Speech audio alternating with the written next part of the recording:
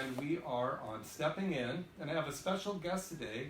Dr. Mindy from San Jose is here, and we are going to talk about all of the ins and outs of fasting, what you need to know, what you should know, and what to expect. First and foremost, though, I want to make a thank you for all of you that have donated to the animals of the campfire disaster. There's been a lot of support, and I've been on the air a couple times talking to you guys about making the donation, and I got some information from Norm today, who's a dentist up in the area, whose family and his wife have been really active in the North Valley Animal Disaster Group. And so almost all of the horses have now gone back to their owners, or their humans, as we say. There's still a lot of the small pets that are waiting for their families to come back. And they have a good amount of food right now, but the organization really needs money. So if you want to go to, in your phone, to the phone number 474747, text Campfire Pets in the text line there, you can scroll down and get to a way to donate, and any donations are very helpful. You can also go to the Red Cross in Reading, and you can make a donation to there, because these families are still suffering dramatically.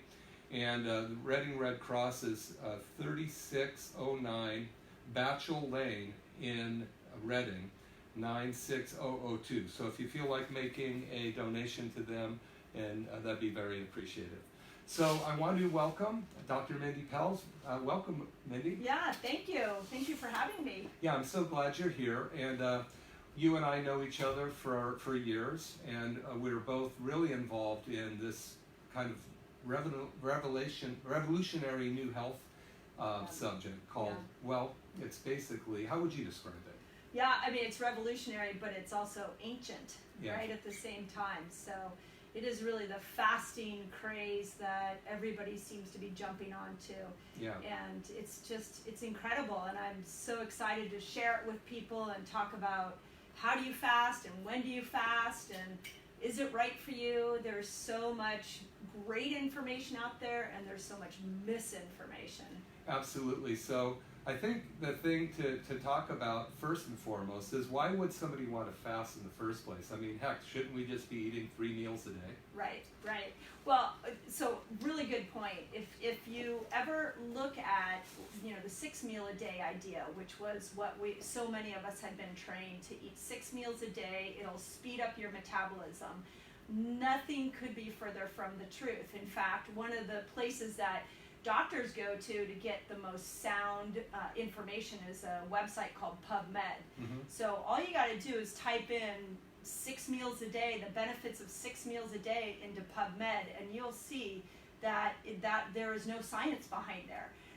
Yet in fasting, we have a ton of science, and I think the guy that really made this popular was and I always get his name turned around, but it was Dr. Yoshinori Usumi, who won the 2016 Nobel Prize for medicine and physiology on fasting and intermittent fasting. Yeah, pretty amazing. I mean, it's so cool that this kind of top-end science is really validating what we're doing. And his word is autophagy. That's what I remember studying about that way back when in school, but we didn't really realize how important it is on helping the body heal and helping it stay healthy and repairing itself.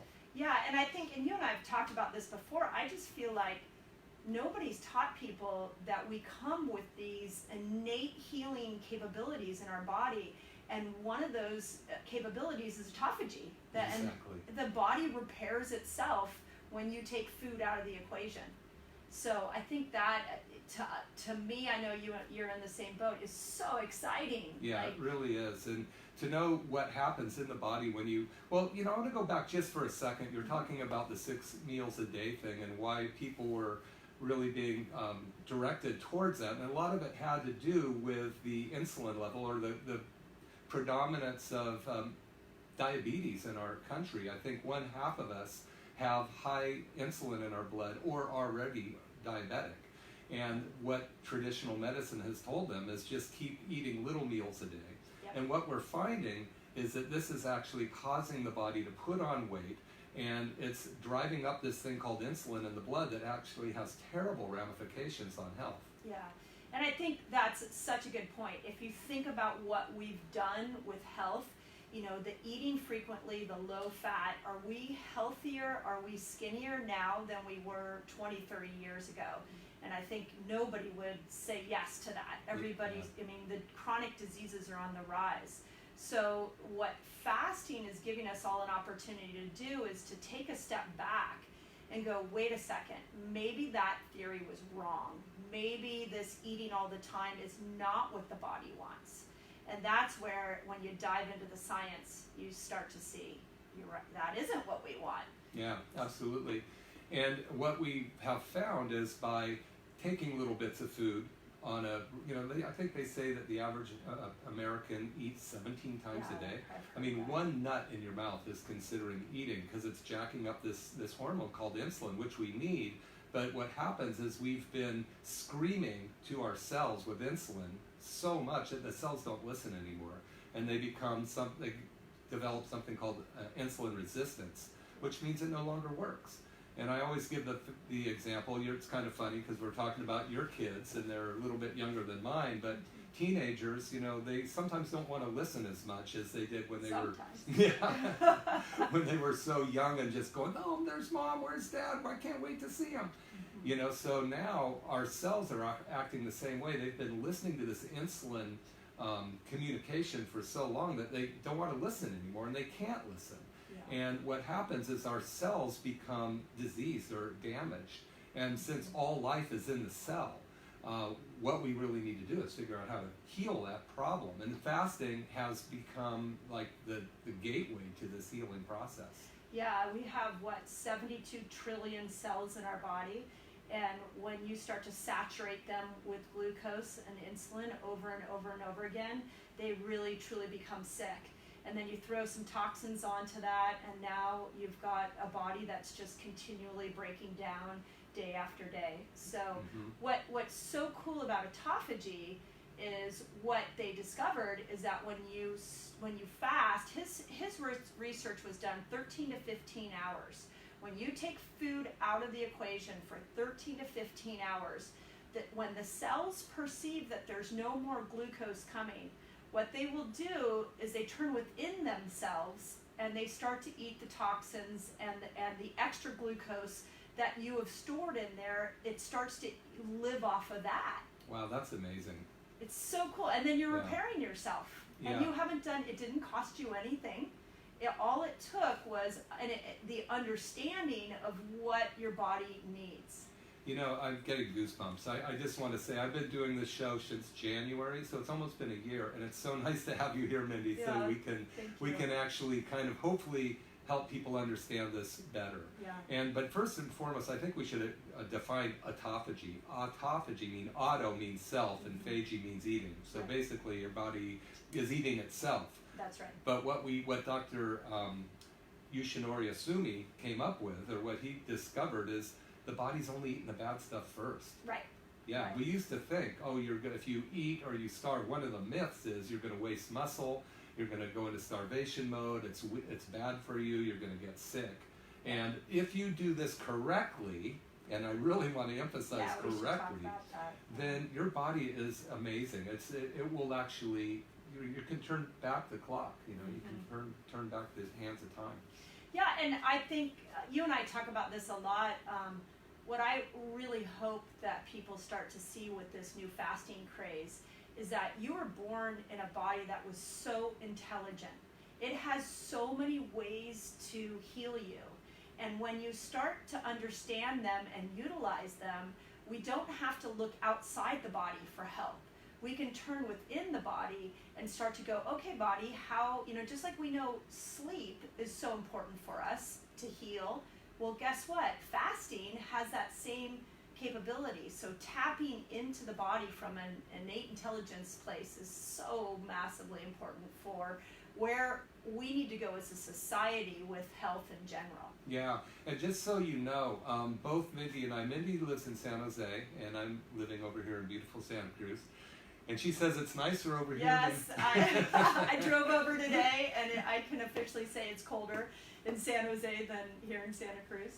So anyway, the first of the year, come early part of January, we are going to be doing a fasting program where we can actually teach you and walk you through this. So we'll go through that as we go through the show. But just so you know, next week, next Saturday, we will be doing another show to answer questions. We'll be taking calls the second half of that show.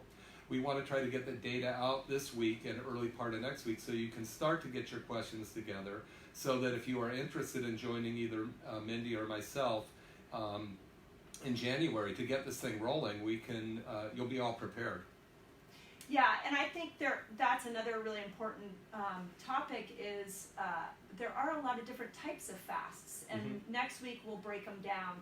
I've actually figured out that there's about 6 different types of fasting that you can do. It's not as simple as just taking food out of the equation. You really should have a strategy for it, and I believe that there's a beginner's fast and then there's an expert's fast. And next week I think we should dive into that so people can safely fast. You know, that is so true, and it's such a great point. You know, it's kind of like we were talking before the show, like if I got an auto kit for Christmas, all these tools, I'm not going to go take my motor apart. I mean, I did when I was a kid, and it just never got put back together again. Right. And if you have a hammer and a nail, you can't build a house. And somehow people feel like, oh, there's a new fad out there to do with my body, which is the only body I have, and I'm just going to go wing it. Right. Well, you and I have seen what happens when you're not ready to do a more advanced fast. Yeah. And people get sick, and your whole purpose of fasting, I believe, and first and foremost, why would I want to fast anyway? I remember, and we'll get back to that, but I remember watching one of your Facebook Lives a while back when you did your first 5-day fast. I go, why am I doing this? Yeah. And there's trepidation about how can I go without food for 5 minutes? We've been told to eat our whole life. Yeah. So I think that is a really good segue into what does your body do once you take food away. So we know that it stimulates this autophagy, but where people get scared is that there can be a moment when you start to take food away that you're not going to feel very good. So it could be an hour, it could be several hours. But what's happening in that moment as you take the food away is your body is being forced to adapt. And as your blood sugar comes down, it signals to the liver to start to secrete ketones. So I think a lot of people are hearing about the ketogenic diet, but once ketones start to get secreted by the liver, ketones actually go up into the brain. And I heard this from Dr. Fung a couple of weeks ago, that your brain actually will start to work 20% better with ketones. Wow. So, and if you go back again and you think about this, go back to the primal days. What did they didn't have access to food in those caveman days.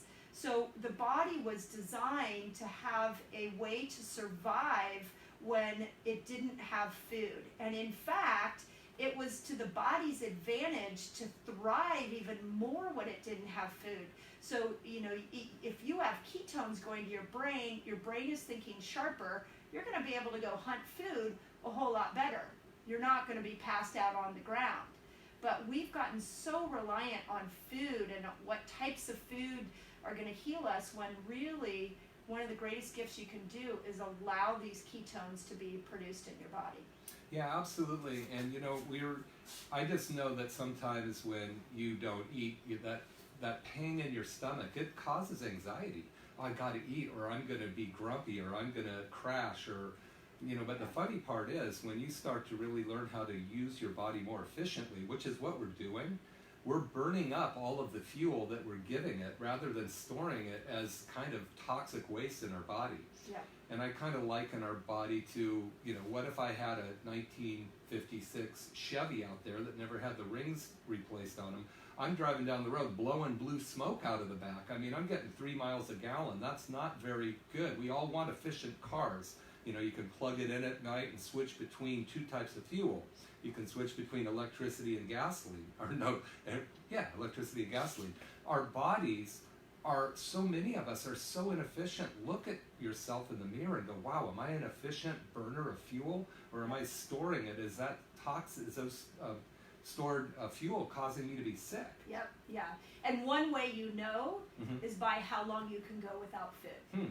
So there is sugar, you're either sugar adapted or you're fat adapted. So when we're feeding ourselves on a 6 meal a day basis, we typically, our body is now expecting to get the next source of fuel is going to come from food.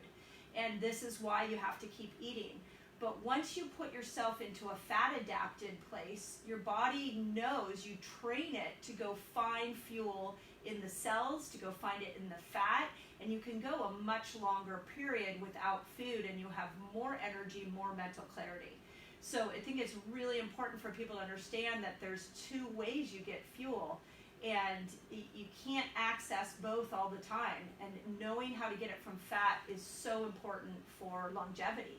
Yeah, because we are considered a sugar-burning nation. We are. Where most people, they can't burn fat. Their body just doesn't know how to do it. That's right. So a lot of people don't understand that carbohydrates are anything from broccoli to a French fry. Yep. And then protein, of course, is meat. All of this stuff burns as glucose or burns as sugar. And so many people are surprised when I say protein burns as sugar ultimately. Yep. They go, oh, what? No. Well, it does. So, and sugar burns like a smoky fireplace. Like if you put wet pine in your fireplace, it's going to smoke. That's the fuel. You will warm the house, but if you don't have a good ventilation system, you're going to choke. And when we are pretty much sugar adapted, which most of the Americans are, you're creating all these toxins in your cells, and those are hurting something in there, which is like the energy producer called the mitochondria, and it's actually damaging it. It's going to damage the genes in your body as well. So the benefit of becoming a fat adapter is really allowing our bodies to actually heal and switch between the two types of fuel. Yeah, there's a new term that's emerging that I really like, and it's called metabolically flexible. That the goal is to be able to click in and out of the sugar burner, fat burner. And like you said, so many people are stuck in the sugar burner mode that when they first go to fasting, it can be a little difficult because you haven't trained that fat burner part of you. But once you get skilled with this, it's amazing because you can literally have your cake and eat it too. You can have a day where you're eating more higher carbs, and then you can have days where you fast a lot longer. And I think next week we should talk more about what that looks like, because I know that with my patients, I know with your patients, with the group of doctors that we hang out with, I mean, we go to these seminars and we sit in the seminar and they just talk to us the whole day with no breaks, no lunch break, and these are a group of people that are just eating dinner. They're not, and nobody's passed out. Everybody's doing great. And everybody feels good because at that point, they've basically helped us learn how to turn our bodies into ketone burning machines. And the brain loves to burn fat or ketones. It's actually said it's 20% sharper. Also, another benefit of burning ketones is bad cells don't live off ketones. Like cancer cells and things like that can't live off ketones. So another really great benefit of having breaks between meals, like for instance, a lot of people have probably heard of intermittent fasting, and a lot of people are doing that, which is basically eating dinner and then not eating till lunch. And I've talked about this a lot, is the eating window, when we give our stomach a break, our digestive system a break for like 16, 18 hours, the first time in our lives we've ever allowed it to rest and heal. So many diseases are caused by a damaged digestive system all the way down to the colon, and the bacteria in there, and the antibiotics and drugs and sugars and glyphosate that we've consumed. If we just think about your arm and having a 10-pound weight and just doing reps and reps and reps of just using that muscle with your biceps, and you can't go forever, and that muscle will wear out. Well, our stomach and our digestive system are damaged. So many chronic diseases are coming from this damage, and it's causing autoimmune diseases. There's that auto word again. I mean, the body's fighting itself. And so when we talk about why should we fast, it's not just a fad. We're going, hey, everybody's doing it, why don't you do it? It's to heal your body, and we've got to start with the digestive system and the gut. So allowing the digestive system to rest is huge, let alone getting the ketones to burn. Yeah, and I think you bring up a really good point, because there's a lot of reasons people come to fasting. So I think, we're at the end of a year, we're going to go into the new year. A lot of people want to come to fasting for weight loss, and I think it's the greatest way to lose weight. And again, there's a strategy to doing that. A great book I really encourage people to go read is The Obesity Code by Dr. Jason Fung. He really does an amazing job of explaining that. And what you just said, he's got a fasting guide too, which is great. What you just said is also another brilliant reason to come to fasting, and that's for gut repair. So you and I were just having a discussion about how important the gut microbiome is, and we have such a depletion of good bacteria in our guts. Most people, I was telling you about the gut Zoomer test I run in my office, and how nobody has shown up with having the right diversity of good bacteria. And most people are walking around with too much bacteria. You were talking about fungus and how we just have all these really harmful pathogens that are living in our guts. So what do you do if you're that person that you just can't heal your gut? And you can throw supplements at it. I mean, you can do FODMAP. I mean, there's so many different interesting ideas. But hands down, what we're seeing in my clinic is the absolute best thing is fasting. Yeah, absolutely. Just think about if you had a really bad scrape on your elbow. Maybe you were skateboarding over here in Santa Cruz and you got a real bad scrape, and you kept rubbing dirt on it, and you just never allowed it to heal. You kept using it and kept rubbing dirt on it. That thing will never heal. It's going to get worse and worse, and probably bad bugs are going to get in there, and it could even get into your bloodstream and cause major problems. Well, when your digestive system is damaged, which we know most of ours are from the foods we've eaten in the past, even if we're trying to eat well now, we do have a past. So that digestive system can't heal because you keep putting more food down there. It's just like scraping dirt in that elbow. We've got to give it a break. And by doing the fasting, along with the appropriate nutritional things we may recommend at different times, we can help you heal that so that your body can start to heal on a cellular level as well. Yeah, I think that's a really good analogy. I like that, because it is true that, if any part of your body is sick and you keep feeding it the same sick food over and over again, you're just really, truly building sicker and sicker cells. So I like that analogy. I think that's good. And I think one thing that might be helpful for people would be, okay, so you're listening to fasting, you're thinking, I want to try fasting. Where do you start? And I know for me, and then I'd love to hear, what your experience has been. What I like to do is, if you've never fasted before, I think the most intelligent way to start is to just push your breakfast back an hour. Just push it back an hour. Ideally, you want to feel a little woozy, because that's where the body is adapting. So you want to have it be a little difficult. So if you push it back an hour and then that was too easy, then the next day try pushing it back 2 hours. And you alluded to this earlier, is that we want to have this compressed eating window, where you have a fasting window and an eating window. Yeah. Well, think about it too. And most of us do fast, we just don't realize it. We eat dinner and then we eat breakfast. Usually that's a 12-hour fast right there. Right. Intermittent fasting is 16 to 18 hours. You just have to push it back 3 or 4 more hours, and then learn how to put the healthy oils in your body to jumpstart your ketones burning. And we're going to go over that in more detail. Yeah, definitely. And the other question I get a lot from people is, okay, well, how often do I have to do that? And when I first learned about intermittent fasting, I thought, okay, I could do that one day. Tomorrow, I'll push breakfast back, an hour. I was like, okay, I can do that. It may be a little hard. I got a routine. I love my breakfast. And then I read a little deeper, and I was like, every day? You're supposed to do that every day?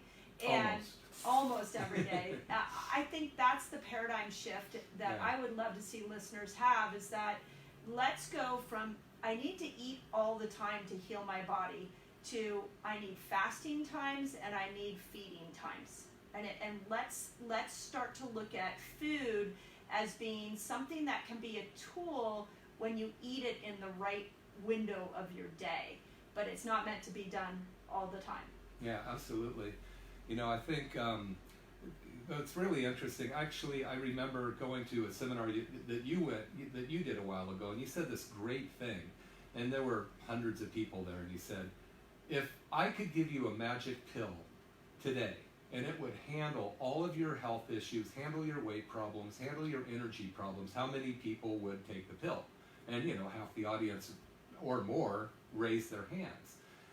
So you can't fast. My point is, you can't fast for a day and get this well. It's going to take a long time to turn your health around.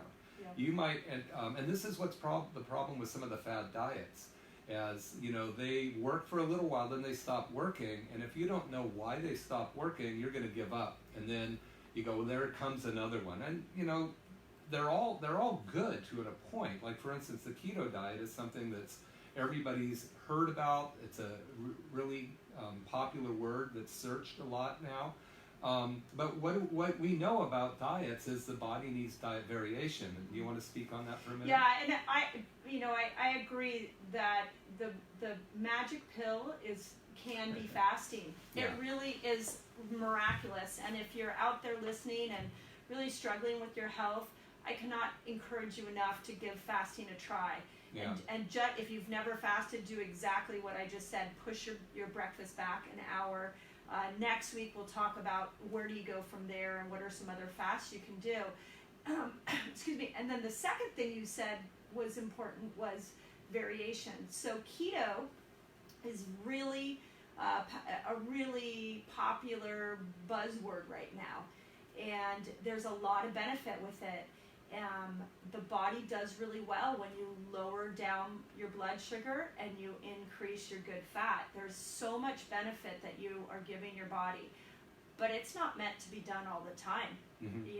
It's just like this is where we get ourselves stuck in ruts, is that we go, oh, I'm paleo, oh, I'm vegan, and you love the feeling you have, but you just keep doing that same diet over and over and over again. Yeah, and then pretty soon it doesn't work anymore. You stop losing weight, you start to put weight back on, you lose your energy, and you just give up. Right. And there's a reason, and that's part of the ancient healing strategies. Is in the old days, and I love this scenario, is we'd go kill a mammoth. Right. And we'd run around chasing that mammoth for, long enough that we were exhausted. Then we'd eat meat till we ran out of mammoth meat. And then we'd eat the fat. Winter would come. We'd eat our stored nuts. And then there'd be nothing left for, a few weeks of spring. So we'd do fasting during that time. But the point is that we would always eat different foods based on seasons. And, since World War II, we've been able to eat what we want, when we want, wherever we want, with whoever we want, and as much as we want, because we get it from all over the world. Yep. And our bodies were never made to live like that. The bugs in our gut, these things called microbiome, they're not supposed to be just sitting there high on the hog, eating whatever they want, whenever they want. They make us sick that way. Right, yeah. No, absolutely. And I do think we have to go way back to the mammoth days to really look at what we were meant to be eating. So and the microbiome likes diversity.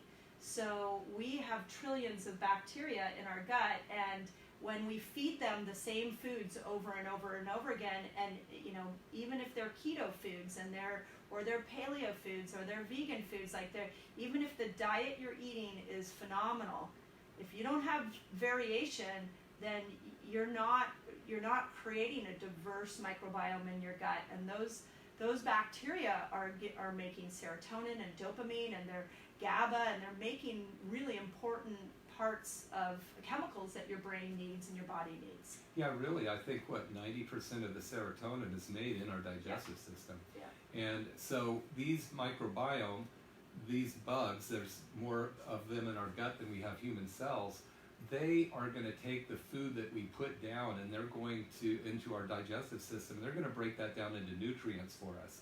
When these microbiome get kind of just too fat and sassy, they're weak. They can't do what they're supposed to do, and then bad ones come in and they produce these bad toxic byproducts that we absorb into our body, and they make our body even more inflamed. And so by doing this diverse diet, we're going to wipe out the weaker, and this is where the term autophagy comes in again too. We want to wipe out the weak bacteria of each type. And if we say there's 3 types, there's a bacteria that breaks down fat, bacteria that breaks down carbohydrates, and a bacteria that breaks down protein. So if we're not eating any protein, those protein ones are going to starve to death, and only the strong ones will survive. Let's say a third of them. Then we do the same thing with fat. We get rid of the bottom 2/3 weak one, bacteria, and then with the carbohydrates, now we end up with much stronger microbiome in our digestive system to really do a great job of getting the nutrients we need, so that serotonin and all those other chemicals get to our brain in a much better fashion, much quicker fashion, and without all the other toxic waste to offset the benefits of them. Yeah, and I think it's really smart if this is new information, is to step this out for yourself and say, okay, so I get that the microbiome is important, and I'm not fasting. Let me start by implementing fasting. And let me start with intermittent fasting. So I'll push breakfast back an hour. I'll try to go 13 to 15 hours. Then you brought this up, and I want to talk about this a little more because it's so popular right now, is the keto diet. I truly believe the human body was meant to thrive with a keto type environment. And the reason is because it brings exactly what you were just discussing, is it brings your sugar levels down. Mm-hmm. So when I work with a patient, I'm very hopeful when we can start to see how the keto diet will work with them. If they start to bring those sugars down, they get off the bad carbs like breads and pastas and sugary drinks and everything the standard American diet is. When we take that away, we can really see what the body's capable of. And if it can get itself into ketosis, awesome. Now we can start to look at how do we add in some variation. So I think stepping it is super important, because right now there's so much information out there on keto. There's so much, fasting's emerging, which is why it's exciting to be talking about this today. But we have to simplify it for people, or it will, when people are overwhelmed with their health, they I don't want to do it. And or they try something and get really sick. Like one of our mutual acquaintances thought, oh, I can do this. And she might be listening, and if so, thank you for allowing me ahead of time to say she went to Mexico and decided to do this fast that was way too steep of a thing for her to do, and she got really sick. And the only reason I want to bring that up is if you have any health conditions, if you're pretty healthy and you just want to lose weight, that's one thing. But if you are having pre-diabetic, if you've got some kind of autoimmune disease like fibromyalgia or any of the myriad of them, you might want to really just get some help on looking how to do this correctly, so you don't end up hurting yourself or getting sicker and then giving up and going down the traditional pathway again, which we know is medications, which are often needed, but they're not necessarily the healthiest way to heal your body for the future. Yeah, I think you're specifically talking about extended block fasting, where you're doing water fasts. Yeah. And those are miraculous for people. And if your cells are packed with toxins, it can be a really difficult struggle. So I think that's really important. That's why I love let's do this step, and then let's do this step, and then let's do this step, so that people don't dive all in. Yeah, it's not a sprint, it's a marathon. No, it's not. It's the rest of your life. And the thing that you and I both really like to teach our patients is, look, we don't want you dependent on us. We want to show you, help you through the hurdles, then show you how to do this for the rest of your life. That's right. We've never been given a book on, a manual on how to operate these bodies healthily, you know, and we grew up in a time where all of the food was deplete of any nutrients, all of the processed food, and getting a can of cream spinach for dinner, ugh. and TV dinners. Yeah, that's right. The TV dinners and the Swansons. The Swansons in the aluminum pans. Yeah. So now we're trying to detox all that stuff. Yeah, and what's interesting is when you just take the word ketogenic diet. So people think, oh, ketones. So if I'm doing something, we really got to understand the terms here, because there's some people are taking ketones as a supplement, thinking, okay, well, this is helping me along with the process, but really you're kind of skipping a step in a way. We really want your body to be able to create its own ketones, and you can't jumpstart that successfully, in my opinion, from what I've seen. Yeah, so let's dive into the ketogenic diet, because it does go hand in hand with fasting. So the ketogenic diet, the way I like to prescribe it for patients, is that you keep your carbohydrates under 50 net carbs. And you ideally want to get those carbs from good carbs like fruit, vegetables, fruits. I mean, an apple has 17 net carbs in there, so that's almost half of what you would have. But you're going to go 50 net carbs every day, and then protein you're keeping 50. I recommend, or it's not, the keto is not a high protein diet. You're going to keep your protein under 50 grams as well. And so one chicken breast is about 25 grams, right? And one egg is 6 grams, just so you know. Yeah, and so I get this a lot with patients where they're like, I'm keeping my carbs down, I'm fasting, but then when we actually look at their numbers, they're eating like 150 grams of protein. Well, protein's going to get stored as fat as well. And it's also inflammatory. Yeah, exactly. It's going to, if you got sore joints and, joint pain and achiness and stuff like that, then eating too much protein can actually increase that. Yeah. It can damage you. So it's keto to me is low carb, it is moderate protein, and then it's high good fat. Yeah, and describe good fat. Right, I was going to say we really need to hammer home good fat. So I think the best thing to know is what the bad fats are, because the minute you walk into any grocery store, about 90% of the food's in there, and the majority of all the restaurants you're going to are bad fats. So they're the vegetable oil, the canola oil, the safflower and sunflower oils. And the good fats are avocado, coconut, olive. When you don't cook it, olive oil is a good fat, but once you cook it and heat it up, it actually can turn to a bad fat.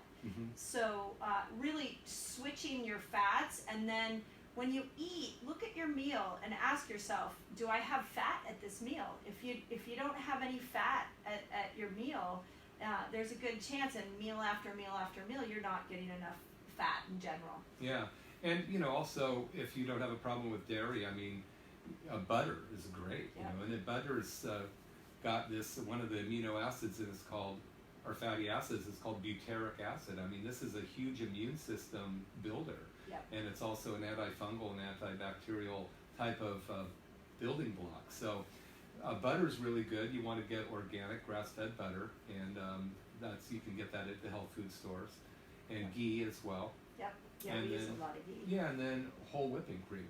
Like I love to do whole whipping cream in my coffee.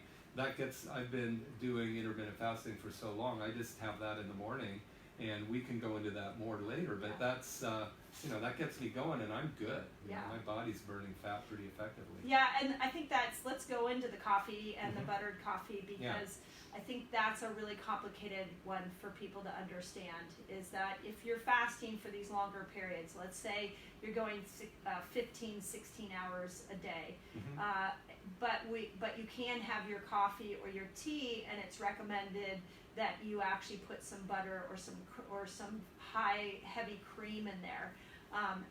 What is interesting is that fat does not spike your blood sugar for the most part.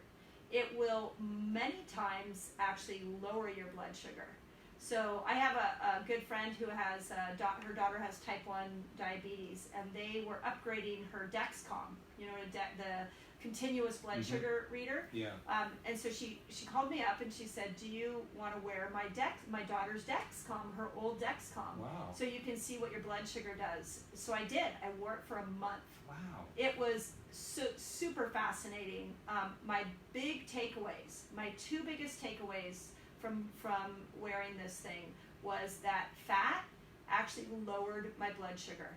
That when you eat fat, you lower that blood sugar, and now that will signal to the liver to produce ketones. So people who are in the ketogenic diet, they love that because they can get some fat and it can actually move them into ketosis a little bit easier.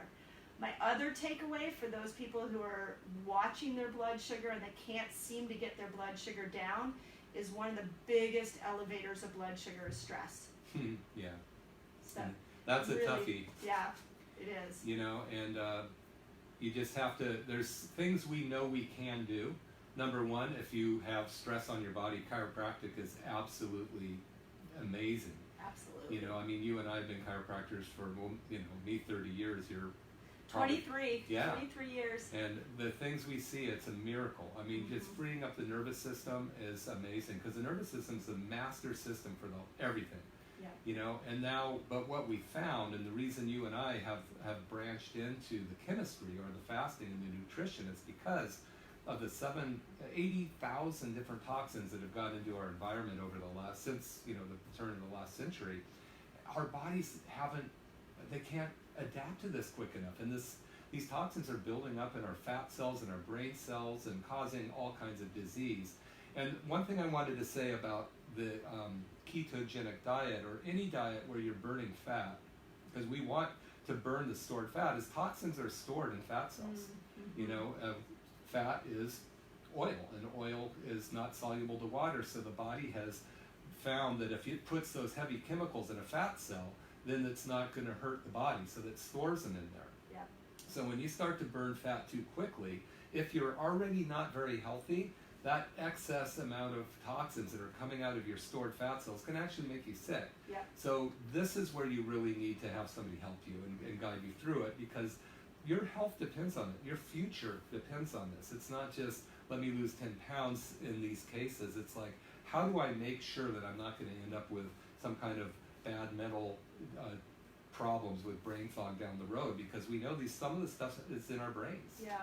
Yeah, that is also a brilliant point, because I think people get so frustrated that they're not losing weight and they're throwing every diet at their weight loss efforts. And what people don't realize, or what would be really insightful, is to think of your weight from your body's perspective. If toxins are building up in your body, is it better for your body to store those toxins in your organs, or would it make more sense to create fat to store those toxins? And the body is always geared towards survival, so it's going to create fat to be able to store those toxins. Yeah. So when you now come to the ketogenic diet, you come to fasting, this is why I love this stepped approach, is that if you go in too quickly to burning this fat and you don't have a good detox plan, then you're just releasing all of those toxins. Yeah. But if you're slow and steady and really careful about how you do this, and by careful I mean thoughtful. Yeah. If you're just methodical and thoughtful, start with this intermittent fasting. When that gets easier, you can do a little bit longer fasting. Then that gives your body time to really start to deal with the toxins that are being released. Yeah, one thing I've noticed throughout the years is some people, when they try to do this, whether it's fasting or working out to lose weight, sometimes they'll lose weight and get incredibly sick because the body's dumping the fat and all the toxins are just being injected into the bloodstream. Other people just don't lose any weight. The body's going, I'm not going to lose any weight. I'm not burning this fat. Are you crazy? We're going to get sick. Exercise all you want, but I'm not burning a fat cell. Yeah. So right. The body's amazingly intelligent. It's always geared towards survival. Right. So if you're not losing weight and you feel like you're doing all the right things, then toxicity is a really important area to go and look at. Yeah, and your liver and your kidneys, are your two major detox glands. So if you are toxic, if you've been exposed to heavy metals, if you've been exposed, to pesticides and herbicides, dumping that and running it out through your liver or kidney is something that you want to be aware of. And that's where Mindy and I come in. We can really help you. So coming to our January workshops, some of you are going to give the green light and go, yeah, go ahead, full steam ahead. Here's your walking papers. Other people, we might go, you know what, let's just do this first. Let's potentially slow this down a bit. and that some other people we might say, I don't think you're ready for it yet. So Yeah, that's important. I heard a term recently that I liked as well called personalized healthcare. Mm-hmm. You know, if you walk into your medical doctor's office and you have high blood pressure, you know, why does everybody get the same pill? It doesn't make sense. Everybody's reason for high blood pressure may be different. Well, as we come to these ancient healing strategies and we start to learn about the body, I think it is important to get a personalized approach. And yeah, at both of our events, we'll walk people through that. I think, you know, one of my passions, and I know you're on this same line, is like, we got to give people the power back. Absolutely. We have to start to believe in the own intelligence of our body more than we believe in always throwing medication at it. And when we start to give our body more credit and understand it and learn more and more about it, your body will perform at a level you just didn't even know was possible. Yeah, our bodies are amazing, you know, and one thing I've touched on quite a bit, but also one of the cool things about everything we're talking about, it culminates in something that is just the essence of life. Yeah. When you starve down your body and you break down the weak, tired, burned out cells, and your body throws those all in the recycling plant, and it breaks down all the minerals and vitamins and stuff, it makes something called stem cells. Unbelievable. Yeah. And those stem cells go and they rebuild your body. Yeah. And this is why you're doing this. You know, we're not doing it just for fun or because it's a trendy word. We know now that we're tapping into potentially the fountain of youth. Your body knows how to heal. It always has known how to heal. We've just gotten away from letting it, and we've had people tell us that our body can't heal, and you need this pill in order to heal. And look where it got us. I mean, we're rated 50th in the world for health right now. Yeah. Oh my God, I have so many thoughts on that. And you know, I think it starts from birth. Yeah. If you think about it, when a baby comes out, what is the mother told to keep it away from other people? That we inject babies with all these different chemicals to try to make it stronger. And we're told from birth that we are weak, and we may not necessarily be told that verbally, but the actions of the authorities around us are telling us that. When we're sick, we're told that we need to go get an antibiotic. We're told we need to do a flu shot before we actually, you know, get sick. Nobody ever, you know, stands up and says, you were born in a miracle, and when you start to apply these principles, it will act like the miracle it was designed to be. And I think that's really important. And the other thing I want to continue on with what you said is stem cells. So the research on stem cells and fasting is ridiculous. It is incredible. Yeah. So Walter Longo is the one that is making stem cells famous. He is a researcher out of University of Southern California, and he started off by looking at patients who had cancer. And he found when they were going through chemotherapy, when he put them on a 3-day water fast, that it would reboot on the 3rd day. These stem cells would come out, and it would reboot their whole immune system, and that they would bounce back from the chemotherapy so much more efficiently. He then went on and did it with diabetic patients, type 1 and type 2, and he found that if he did something called fast mimicking, which we'll talk about next week, he did the fast mimicking diet with them, that they actually regrew cells of the pancreas that had been injured because of the stem cell production. Yeah, and Dr. Jason Fung, as well, as you know, we know that he talks about the fact that he's seeing pancreases turn around as well, just by giving the body a chance to do this, and by getting the toxins out of the body and starving down the weak cells and allowing the body to heal. I mean, we've got the DNA that tells our body what to do. Yeah. It's always been there. It's still there. Yeah. You know, maybe we've gone astray a bit by going down the wrong path through food-wise, lack of vitamins and minerals and essential necessary supplements or amino acids and fatty acids. We now know how to move back. Yeah. It's right there. All the top scientists in the world are doing this and talking about it. Yeah. That's why I always use the word reset. Uh-huh. You know, I wrote the Reset Factor book I Yeah. wrote, and I use it with my patients because I truly believe that it's never too late to reset your health, because your body was designed to reset itself. Yeah. So I agree. Yeah. In fact, I mean, so Mindy, you are in San Jose. I am. You're right downtown, right? Yep, downtown San Jose. And the name of your clinic is? Family Life Wellness Center. Uh-huh. My webpage is drmindypels.com.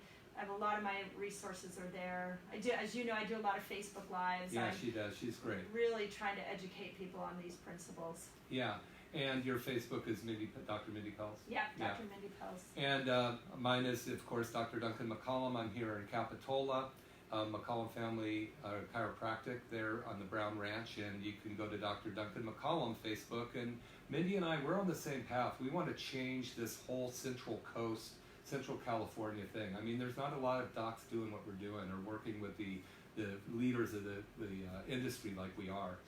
Yeah, and I think, just real quickly, the natural health world has done some amazing things, and supplements do an amazing job, and your body can heal without all of that. Mm-hmm. And I think that's what's really powerful about what we're trying to teach, is that this intelligence is so profound, and you don't always have to throw something at it. Sometimes you just got to take something away.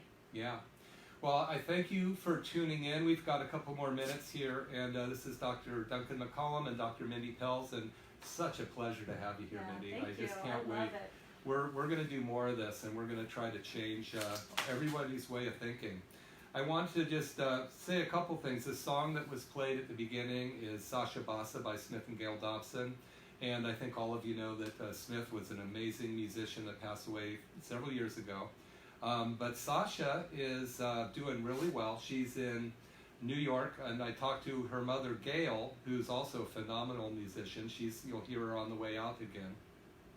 She'll be at Michael's on Main on January 23rd, so we all want to come support her. And Sasha's working with Nora Jones right now with the trio called Puss in Boots. And so if you go onto Sascha Dobson's website, you can find out about that. And I just love the fact that these local people are doing really well. So next week we'll be on the air again, 3 to 4 o'clock. And we're going to go over, which fasting did you want to go over? Yeah, I think we should go through the 6 different fasts. Okay, the 6 different types of fasts. And we'll break them down and what they do and why you would use them. Uh-huh. Until then, if you're interested, start doing the intermittent fasting. That's a great start. Yeah, and then at the end of the latter part of the show, we'll try to work in some questions. So thank you very much, and we'll talk to you all next week. Yeah, thank you. Keep listening. I want you to hear this. I want you to hear this disclaimer that I do. Disclaimer.